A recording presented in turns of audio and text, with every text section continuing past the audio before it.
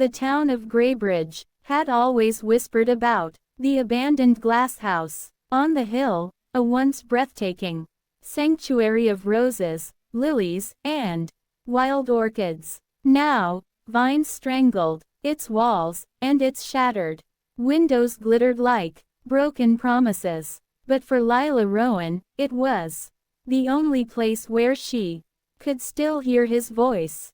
Adrian Hale, her first love, her last love, and the man who ruined everything. 3 years earlier, they had been inseparable. Adrian, the charming heir to the Hale estate, had swept her into a world she'd never known. Ballroom lights, summer gardens, and kisses that tasted like stolen futures. She believed him when he said she was his forever.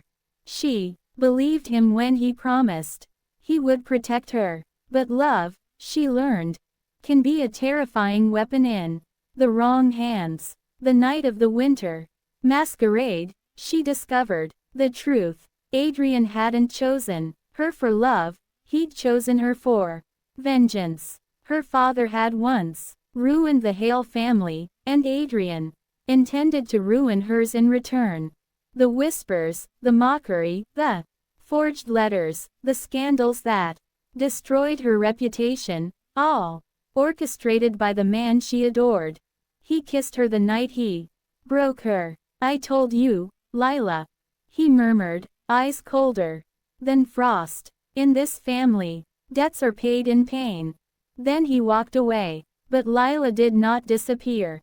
She transformed. Now, as the moonlight spilled silver across the decaying glass house, she traced her fingers along the rose bushes she'd revived herself. Adrian had used roses as symbols of his affection. Lila used them as reminders of who she'd once been, and who she could never be again. Tonight was the Hale family's grand anniversary gala, and tonight, she would finish what he started. Dressed in a gown of deep crimson velvet, she looked like a fallen queen rising from her ashes.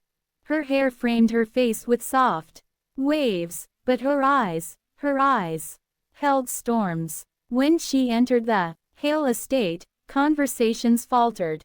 Guests paused mid-sentence. Even the orchestra stumbled on a note. Adrian was at the center of the hall, speaking with investors. When he turned and saw her, the mask of confidence cracked. "Lila," he whispered, as if speaking a ghost into existence.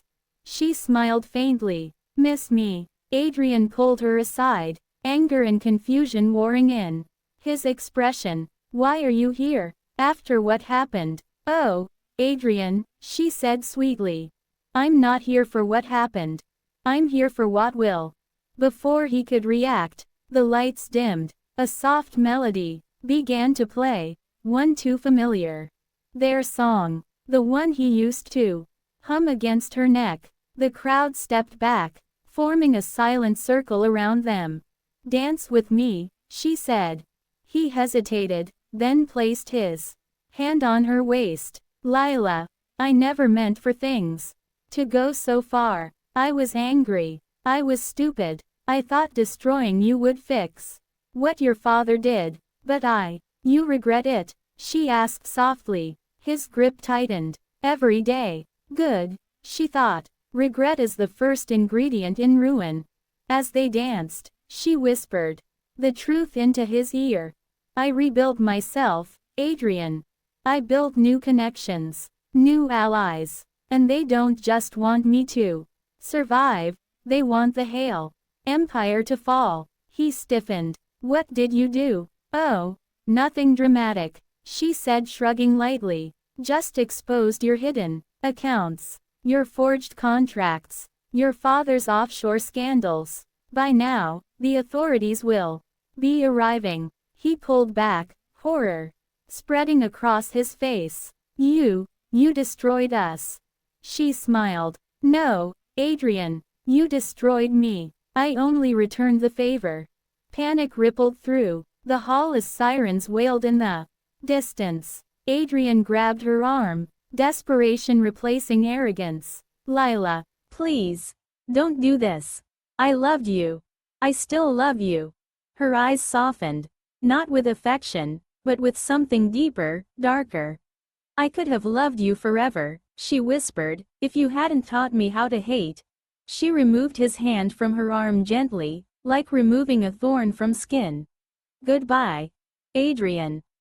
As officers stormed the estate, she walked out into the night, crimson gown trailing behind her like a river of roses and regrets. The moonlit wind brushed her cheek, almost like a kiss. The glass house was waiting for her. Her new beginning was waiting for her. Revenge, she decided, wasn't the opposite of love. Sometimes, it was the final chapter of it.